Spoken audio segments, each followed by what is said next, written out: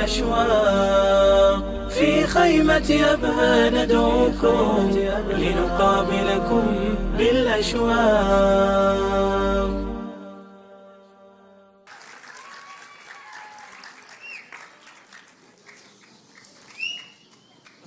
الله يجزيكم خير.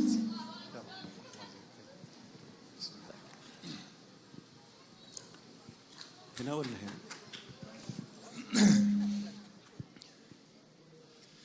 بسم الله الرحمن الرحيم. الحمد لله على نعمة الإسلام وأعظم وأكرم بها من نعمة، ثم أصلي وأسلم على رسول الله. انطلاقا من هذا البلد الكريم المملكة العربية السعودية، ومن منارات للهداية تمثلت في مكاتب دعوة وتوعية الجاليات، والتي تجاوز عددها في هذه المملكة أكثر من 550 أو ما يقارب ذلك. بمعنى آخر إنك لا تكاد تجد، لا أقول مدينة بل بلدة، إلا وفيها هذه المكاتب التعاونية التي نفع الله بها الكثير وأسلم بفضل الله، ثم بواسطة هذه المكاتب والدعم والتوجيه الذي تتلقاه من ولاة الأمور أسلم أعداد كبيرة لا حصر لها. ومن هذا المنطلق، ومن منطلق المكتب التعاوني للدعوة والإرشاد وتوعية الجاليات بأبها، والذي أسلم فيه أكثر من 6000 رجل وامرأة يمثلون 33 دولة، فهذا على المستوى المحلي. أما على المستوى العالمي فالحمد لله هذا المكتب بفضل الله، ثم بوقفتكم ودعوات أمثالكم من هذا الجمع المبارك، وصلت الكتب التعريفية بالإسلام إلى 195 دولة في العالم ب27 لغة، ولله الحمد. من منطلق أيضا هذه الخيمة المباركة السياحية الدعوية، على مدى 9 سنوات وهذه السنة التاسعة أسلم مئات من الرجال والنساء في هذه الخيمة، ولله الحمد. بل أزف إليكم بشرى أن هذه الخيمة بدأت أمس وهذا هو اليوم الثاني، وقد أسلم بالنسبة للنساء 6 من النساء في الخيمة النسائية، والحمد لله. في هذه الأمسية المباركة ستشهدون إسلام 3 من الإخوة أصبحوا إخوة لنا في العقيدة، ولله الحمد. لذلك أستأذنكم في أن أستدعي الإخوة الذي أصبحوا إخوة لنا: الأخ الأرنستو وأصبح اسمه يوسف، والأخ نيتيالي وأصبح اسمه خالد، والأخ إدغار وأصبح اسمه إدريس بعد الإسلام. أرجوهم أن يتفضلوا إلى هذه المنصة. ثم لنا طلب من معالي الدكتور علي جزاه الله خير، والذي شرفنا هذه الأمسية، أن يتكرم بعد أن يعلنوا إسلامهم، أن يتكرم جزاه الله خير مشكورا أن يقدم لهم حقيبة تحتوي كتب مهمة جدا للمهتدي الجديد، فنسأل الله أن يجزله المثوبة ويعظم له الأجر. وإذن لي الآن أن أبدأ. بسم الله الرحمن الرحيم. أولا أقول: اللهم اهدنا واهد بنا. من هذا المنطلق، من أن الله يهدينا ويهدي بنا، لنا قصة مع هذا الرجل الذي بفضل الله ثم بجهده أسلم هؤلاء الثلاثة. قصة هذا الرجل كان يدين بالديانة النصرانية، وبالتحديد من جماعة المورمون، فهداه الله إلى الإسلام، بل كان له أتباع في بلده الفلبين، فهداه الله إلى الإسلام فأسلم، وأسلم الزوجة، وأسلم ابنه هارون عمره 14 سنة. وسبحان الله أكرمه الله بهذا الدين، فنشر هذا النور الذي أعطاه الله، وأصبح الآن الحمد لله يصلي بنا صلاة الجماعات، وأيضا أصبح ينشر الإسلام. وهذه الذي ترونه في هذه الأمسية ما هو إلا ثمرة من ثمرات جهود هذا الرجل، الذي في يوم من الأيام كان له أتباع وكانت له كنيسة على فرقة المورمون، وبعد أن اهتدى آل على نفسه أن يبذل الجهد ليدخل في الإسلام أضعاف الأعداد التي أدخلهم إلى النصرانية. تكبير. الله الحمد. لا أريد أن أخذ من وقتكم، ولكن أستأذنكم أن نلقنهم الشهادة، ولكن لهم حق علينا أن أبين لهم ماذا سيقولون في الشهادة باللغة الإنجليزية لكي ينطقوا على علم وعلى دراية. Brothers, we are so happy and so delighted to have you, but I would like you to announce Shahada, the two testimonial after me. But it is your right that I will tell you what will you be testifying. So what I will request from you, that you say, I bear witness that there is none worthy of worship except Allah. Do you believe in this? And then you say, I bear witness that Muhammad, peace be upon him, is the prophet of Allah. Do you believe in this? And then you have to testify that Jesus Christ, peace be upon him, is the prophet and messenger of Allah. Do you believe in this also? Yes. So please repeat after me. Do we have microphone? Another microphone? You can hold. Hold it here. I bear witness, your voice. I bear witness. I bear witness I bear witness that there is none worthy worthy of worship of worship except except Allah. Allah. And I bear witness I bear witness that Muhammad, that Muhammad, peace be upon him, peace be upon him, prophet of Allah. is the prophet of Allah. And I bear witness And that I bear witness that Jesus Christ, that Jesus Christ, peace peace be upon him, the messenger of Allah, is the messenger of Allah. and In His word given given to me and a prophet from him. a prophet from Him. Now we say it in Arabic. Ashhadu Allah ilaha illallah wa ashhadu anna Muhammadan Rasulullah wa ashhadu anna Isa Abdullahi wa Rasul wa kamalituhu wa kalimatuhu alfaha ila Maryama Muruhun min. شكرا. والآن يتفضل معالي الدكتور علي بكلمة قصيرة توجيهية لهم وهم في أول طريقهم للإسلام وتقديم الحقائب لهم، مشكورا وجزاه الله خير. تفضل يا شيخ. السلام عليكم ورحمة الله وبركاته. المشاعر جياشة في هذا الموقف، وأن يهدي الله على يديك أحدا من الناس خير لك من حمر النعم. أدعو الله سبحانه وتعالى أن يتقبلها من جميع العاملين في جميع مكاتب توعية الجاليات والبيوت التي تمارس الدعوة، هذه مهمة. ثم أنقل الكلام إلى الإخوة المسلمين، يعني أسأل الله سبحانه وتعالى أن يثبتهم to stand still with your religion and follow the right path of the religion and try to spread da'wah among your families, inshallah, with very simple ways and calmness, inshallah ta'ala. This is what is required from you, inshallah, to follow the right path, al-manhaj al-sahih in Islam, manhaj Ahl al-Sunnah wal-Jama'ah. That is the manhaj, the path of the Prophet Muhammad sallallahu alayhi wasallam and his companions. So you promise yourselves that, inshallah, and Allah subhanahu wa ta'ala will guide you, and He will, inshallah, support you and help you. Although you may face some obstacles back home, but inshallah, it will end with what you are, inshallah, targeting toward. Look at Yusuf, inshallah, what he is doing. He is probably an example for you. أنا أشكر الله سبحانه وتعالى وأدعوكم إلى الهدوء التام لو سمحتوا، لأن هذا الموقف موقف عاطفي جياش لا يحتمل التصفير أو التصفيق أو ما إلى ذلك. نقطة أخيرة قالها شيخي وأستاذي، أنه في تعبيرات باللغة الإنجليزية دارجة عند الإنجليز حول المسيح عيسى بن مريم عليه السلام، وهي تذهب عفوا وتقال عفوا.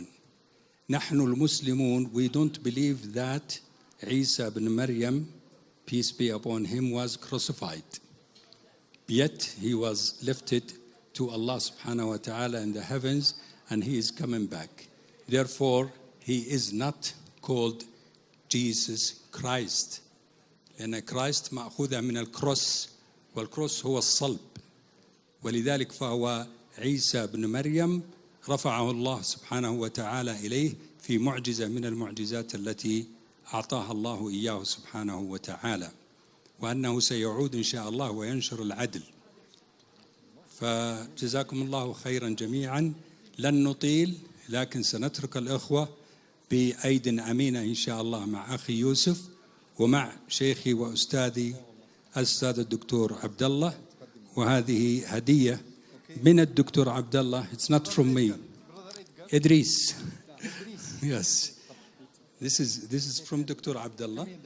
This is not from me, but I am, indulging myself. Brother Mityali, Khalid. Stand still, huh?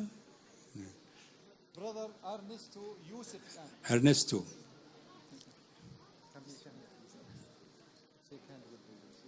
Yes. May Allah help you to be still in your faith, inshallah, all of you. Assalamu alaikum wa rahmatullahi wa barakatuh. الله يجزيك خير. رفع الله قدرك. الله يجزيكم عنا خير. والآن نترككم مع فيلم مختصر عن مدى مشروع الدعوة الإلكترونية، وجزاكم الله عنا خير الجزاء.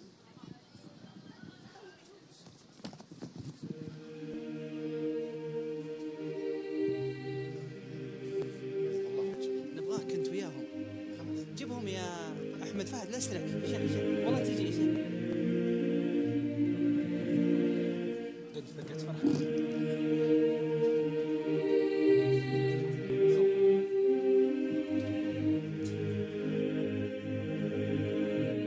قصتنا بدأت قبل 15 عاما عندما بدأ المشروع، وكانت الحيرة في اختيار اسم للموقع، وبتوفيق من الله توصلنا إلى مسمى إسلام أنفيلد، أي كشف الإسلام، حيث وجدناه يجذب شريحتين من الزوار، شريحة تود أن تتعرف على الإسلام والتي فهمت بأنه إيضاح الإسلام، والشريحة الأخرى فهمت مدلول الاسم بأنه فضح الإسلام.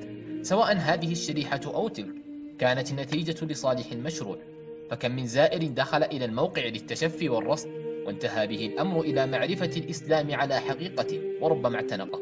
ففي عصر المعلومة والإنترنت كان هدف المشروع أن يضاء العالم بنور الإسلام ليعم السلام والاستقرار النفسي شتى بقاع الأرض.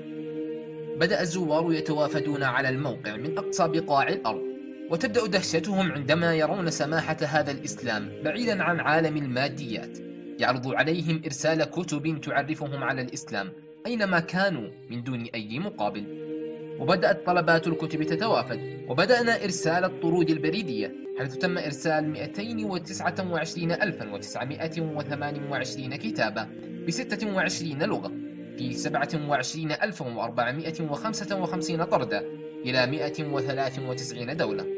وكما أنشأنا حساب فيسبوك ويوتيوب لعرض لقطات مرئية من الدورات العلمية، وقمنا برفع ما يلقى من محاضرات بلغات نادرة مثل الأمهرية لتمكين رواد الموقع من الاطلاع عليها وتحميل مادتها، وقمنا بنشر كتب إلكترونية يمكن تحميلها عبر الموقع بسهولة، واستخدمنا التعليم الإلكتروني لتوجيه المهتدي أو المهتدية للإسلام بأساسيات الدين من عبادات وشعائر.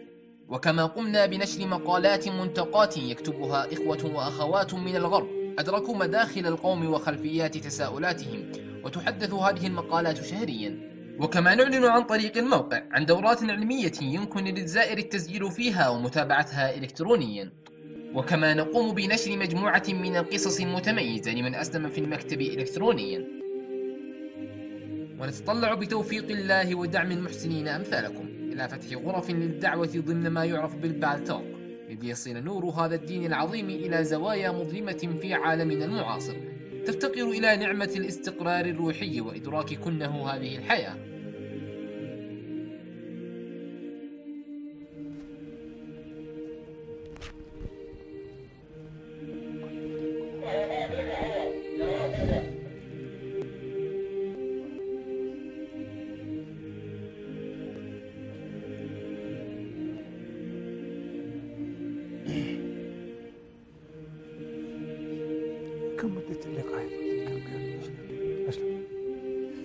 السلام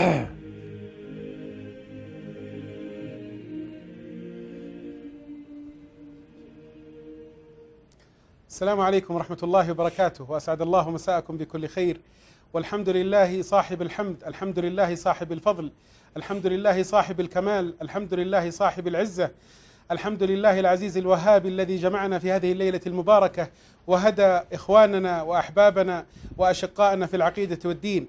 وشكرا ثم شكرا ثم شكرا لهذا المركز الرائع، مركز دعوة الجاليات في هذه المنطقة، هذا المركز العظيم الذي على مدى أجيال عظيمة هدى الله تبارك وتعالى به أناسا كثير، وأراد الله أن يكون محطة خير لكل من أتى إلى هذا المركز. هذا المركز على مدى السنوات المتعاقبة 30 الأخيرة، وبدعم وتوفيق من الله تبارك وتعالى، ثم بفضيلة شيخنا الشيخ عبد الله بعشي، الدكتور عبد الله بعشي حفظه الله ورعاه وأدامه، كان له الأثر الكبير في نشر هذا الفكر الذي يعني يتمناه الناس جميعا. الأمة كلها تبحث عن هذا الفكر المعتدل الوسطي الجميل الذي ينشر دين الله في الآفاق ويعليه.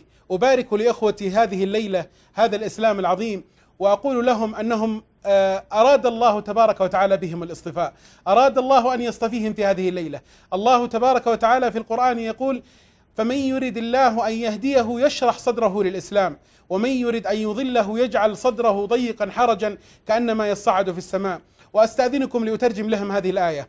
I really tonight congratulate you for being Muslims, alhamdulillah, tonight. And I'd like to remind you with something very important. It's not your choice who took you to this place.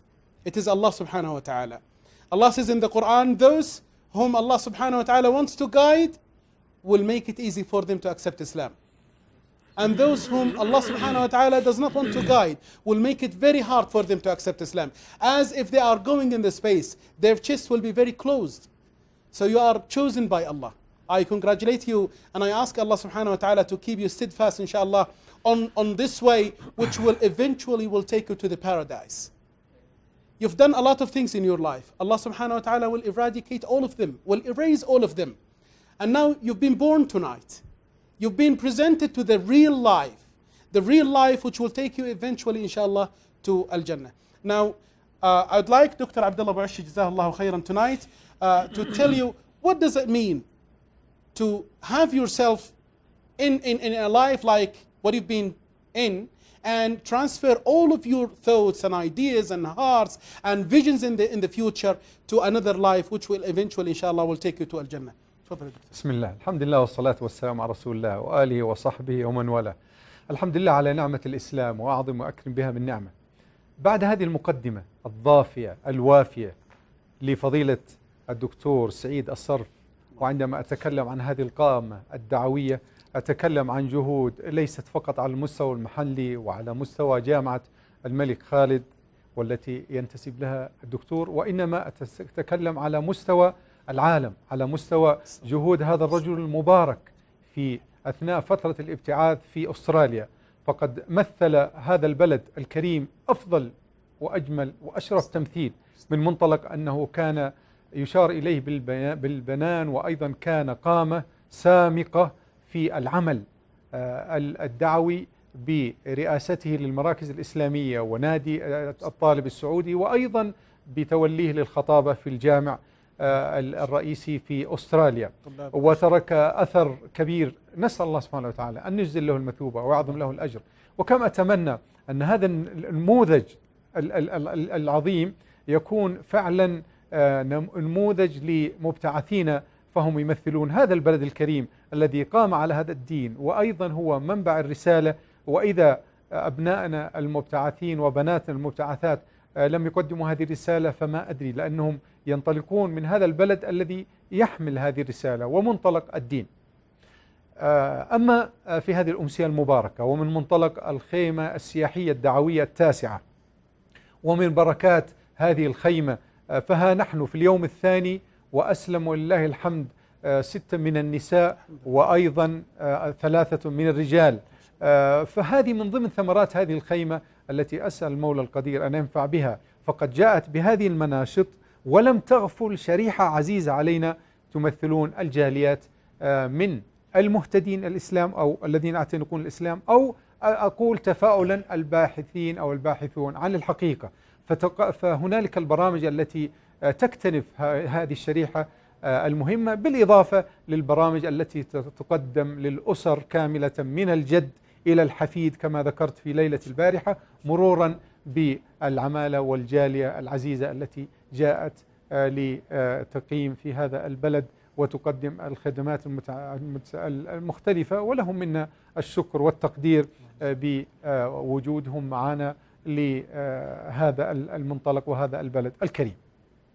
أما فيما يتعلق بهذا السؤال المهم حقيقة، أن باعتناق هؤلاء الأحبة، وأخص بالتحديد أرنستو وأصبح اليوم اسمه يوسف، وأيضا نيتيالي وأصبح اسمه الآن خالد، وأيضا إدغار وأصبح اسمه إدريس، كما تفضل الدكتور سعيد، هي نقلة حقيقة، نقلة، بل نتجاوز أو ليس من المبالغة، ولكن نقول إن الإنسان عندما يحسب عمره يحسب عمره من اللحظة التي أعلن فيها هذا الدين وهذا الإسلام العظيم، لأنها أصبح لحياته معنى ومدلول. So in brief, I would like to say that the important question raised by Dr. Saeed, may Allah reward him, is so important question, and it refers to the new status, the sublime status, the noble status that our brothers Ernesto, Netiali and Edgar has moved to. Now there is a meaning for their life. Now they are worshipping the only true God.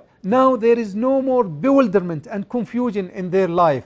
Now everything is clear in front of them. So I congratulate them from my heart that they have used their inquisitive mind to reach the truth, capital T. And with their sincerity and honest searching, they have reached the truth exemplified in their embracement of Islam tonight. جزاك الله خير. الدكتور الله يحفظك ليس مثلي من يتحدث وأنت موجود، الله يحفظك. أنت شيخي وأستاذي ومن علمتني، وأسأل الله أن يجزيك عنا خيرا، وأبشر فإن كل من تعلم هذا العلم فإن شاء الله أنه في ميزان حسناتك يوم أن تلقى الله. ما هي نصيحتك يا دكتور الله يحفظك للإخوة عندما يعودون بإذن الله أو يخبرون أهلهم باعتناقهم للإسلام، ويعني هل من نصيحة بأن يتحدثوا بلهجة قوية ليست لهجة اعتذارية يبلغون أهلهم فلعلهم يكونون دعاة؟ وقد حصل هذا في مكتب دعوة الجاليات ورأيناه كثيرا، أن من يسلم يأتي في الأسبوع القادم بمسلم آخر ثم مسلم آخر ثم ينطلق، وهذا الهدف الحقيقة من الدعوة من الإسلام. My question to Dr. Abdullah is that if there is any advice that he can present to you about how to tell your families, how to tell your friends back in Philippines about what you've done. What you've come through is a very, very great thing. It's actually the greatest thing in life. Now you are a caller to Allah. You've chosen the right thing, but do not keep it for yourself only. We need your families, we need your friends, we need your people, because now you are, exempted from the society to be on this very great thing. So if there is any advice, Dr. Abdullah, inshallah, will give it. أيضا سؤال مهم جدا، وخاصة في هذه المرحلة التي فيها إخواننا، فنصيحتي لهم على المستوى والفترة التي هم فيها الآن، ثم الفترة عندما يعودون إلى بلدانهم بالسلامة. أما على الفترة الآنية التي هم فيها الآن، فنصيحتي لهم حقيقة من واقع التجربة المتواضعة أن لا يحكمون على الإسلام وهم في أول طريقهم من منطلق تصرفات بعض المسلمين. فالإسلام له مصادره الأساسية القرآن والسنة، فلا أريد أن يشعرون بالخذلان أو بالإحباط من بعض التصرفات أو المعاملات التي يرونها في المجتمع الإسلامي. فكلنا بشر، ومنا من يطبق الإسلام بشكل كبير، ومنا للأسف من لا يحمل من الإسلام للأسف إلا اسمه. فأحذرهم حقيقة أن لا يحكموا على الإسلام في هذه المرحلة الحرجة من تصرفات أو بعض المعاملات التي قد يجدونها، وإنما من المصادر الأساسية. أما على مستوى السؤال المرحلة الثانية بعد ما يعودوا إلى بلدانهم، بل أقول لا ينتظرون إلى أن يعودوا إلى بلدانهم. الدكتور سعيد أشار إلى نقطة مهمة جدا، أنهم الآن رسل الإسلام وهم يحملون هذا النور العظيم، فيجب أن لا يحفظوا أو يحتفظوا به لأنفسهم. أعطاهم الله النور والهداية فليقدموه إلى الآخرين من ذويهم عوائلهم، بل ومن يعمل معهم في مجال العمل، ولكن يقدموه بالسلوك قبل الكلام.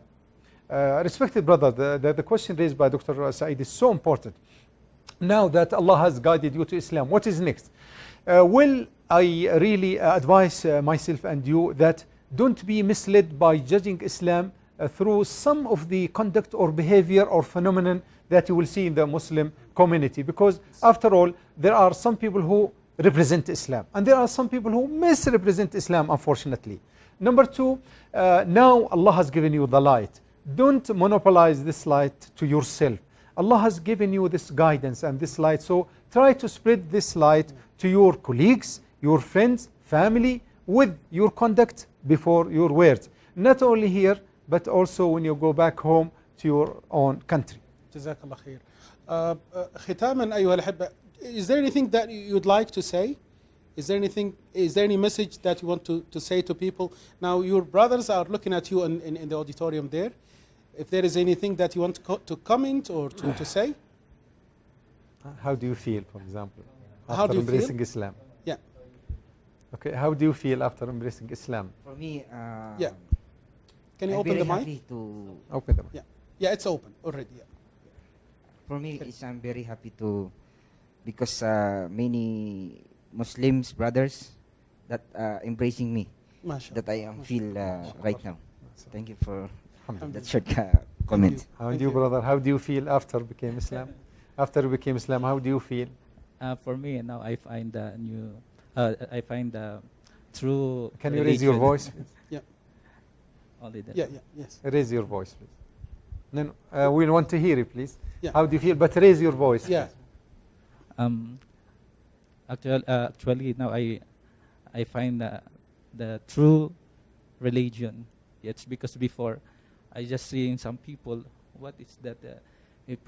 He's praying 5 times. So I'm just curious. Allah. What's that? So now Allah. I'm happy. Now I'm here. It's because only just seeing some people he doing like this 5 times. Exactly. See, now I'm happy. So Alhamdulillah. Allah. Alhamdulillah. Exactly.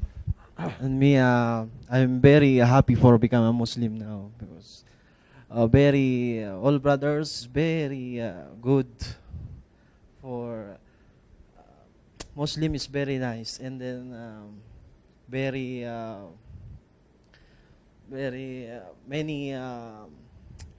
many words, you know, to know what is Islam, and then it's very I'm very thankful.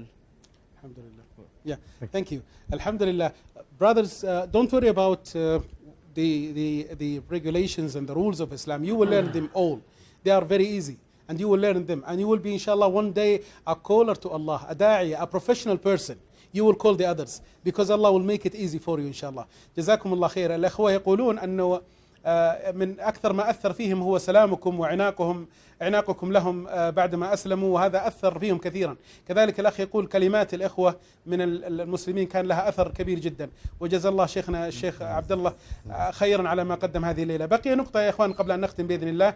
هذا المركز وهذه الخيمة، أتكلم عن مركز دعوة الجاليات، هو مركزكم ويحتاج إلى دعمكم ويحتاج إلى وقفتكم، وتمر علينا والله أيام في المركز يعني الله العالم بها، لا سيما مع كثرة المشاريع وكثرة المبادرات وحاجة الناس في خارج المملكة العربية السعودية إلى مثل هذه المبادرات. الدعوة عبر الآفاق ومشروع مداد ومشروع هذه المشاريع العظيمة جدا تحتاج إلى رجال وتحتاج إلى مال، وهذه كلها يعني ضمن مظلة كبيرة يعني نعمل تحتها، وهي وزارة الشؤون الإسلامية. كذلك خيمتكم هذه الخيمة العظيمة التي تجتمعون فيها هذه الليلة تحتاج منكم الدعم الكبير، تحتاج منكم المساندة والدعم لتبقى ولتستمر مع السنوات. هذه السنة التاسعة بحمد الله وقوته، وهذه السنة التاسعة بتوفيق الله ثم بإخلاص المخلصين وأمثالكم. يحتاجون منكم الدعاء ويحتاجون منكم الدعاء ثم يحتاجون منكم الدعاء. 3 مرات أقول الدعاء، لأنه لولا الله تبارك وتعالى ثم الدعم السخي من إخوانكم المادي لما استمرت الخيمة في هذا. أسأل الله سبحانه وتعالى أن يوفق القائمين عليها ويجزيهم خير الجزاء، وأن ينفعهم بها، وأن يستعملهم في طاعته إلى يوم يلقونه. وأسأل الله أن يجزي شيخنا ومعلمنا وأستاذنا الكبير الشيخ عبد الله يحفظه على جهوده، وأبارك لإخوتي كذلك مرة أخرى. والسلام عليكم ورحمة الله وبركاته. عليكم السلام.